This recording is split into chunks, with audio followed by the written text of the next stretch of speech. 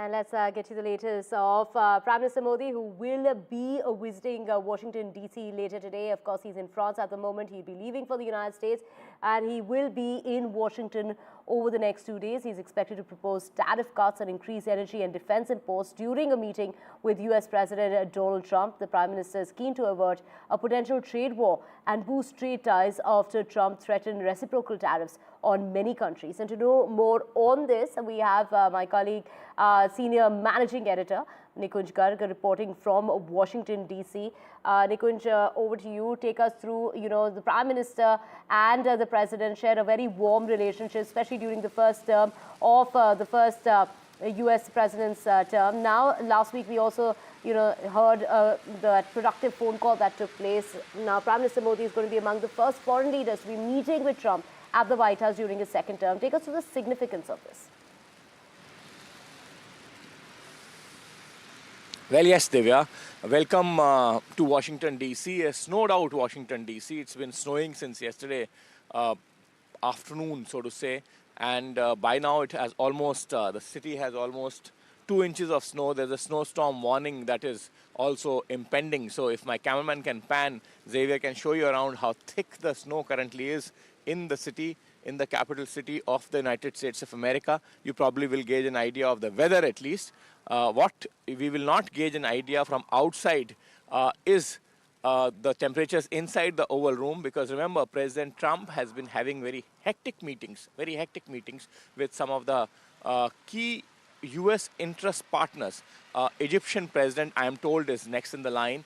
Jordanians are here.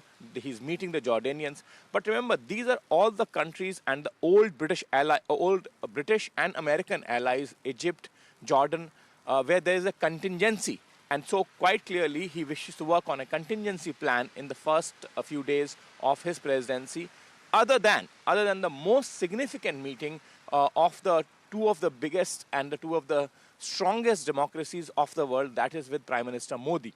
So currently, he's meeting his contingent allies, but with Mr. Modi, that is more about strategy, it is more about geopolitics, it's more about the order in the world.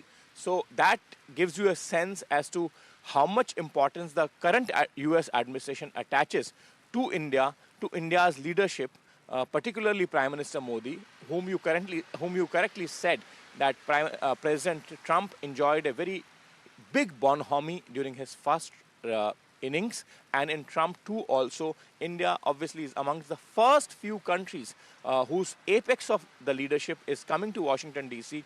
for a one-to-one meeting with the American president.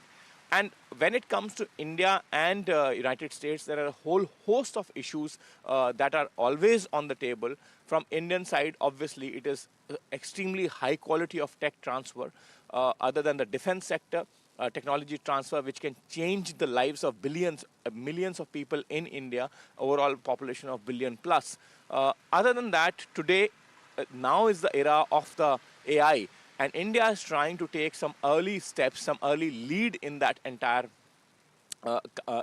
technology sector. Technology has always been India's forte, but AI is something that India would want to take some very initial early leads on. Sam Altman, the poster boy of AI, was in India meeting the top Indian political leadership just last week.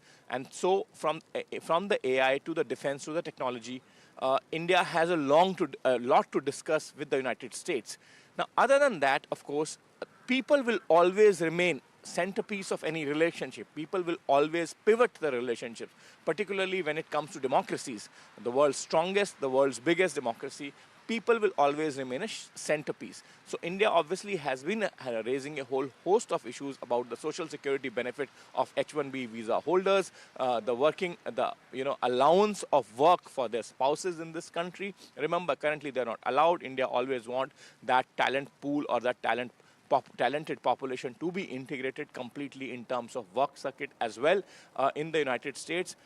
Their social security benefit when they go back to India has always been a contentious issue. Add to it the current issue of illegal migration, on which many say in this country at least that President Trump got the resounding mandate that he got, and he has taken some very initial early steps in a very forceful manner that have rattled many quarters, including India. And India has been in touch with the United States of America. India has said that while it is completely in agreement and completely willing to take any verified, undocumented, illegal alien or illegal migrant into the United States, it certainly want an honorable treatment of those illegal migrants as well. There cannot be a dishonorable treatment. People cannot be humiliated while they are sent back to India. So that's a very important, currently a contentious issue. However, I would say that the relationship swath is so large, so big, so important, so crucial, not only for India and United States, but for the whole of humanity, that it should not and it will not remain hostage to just one issue at any given point in time, howsoever contentious it may have become, but that will remain just an issue, a thorn on the side, but it will certainly not cover the entire gamut of the relationship. Interestingly, Prime Minister comes at a time also when this country, when Washington, D.C. is abuzz with the Trumpian solution for the Middle East. So what can be India's contribution? India has always been a very significant player in the Middle East. It's in our neighborhood as well. India enjoys tremendous goodwill under Prime Minister Modi in the UAE and the entire Gulf region. So what India can do for probably finding an amicable solution there, also many are saying that that can also be on the table. Divya?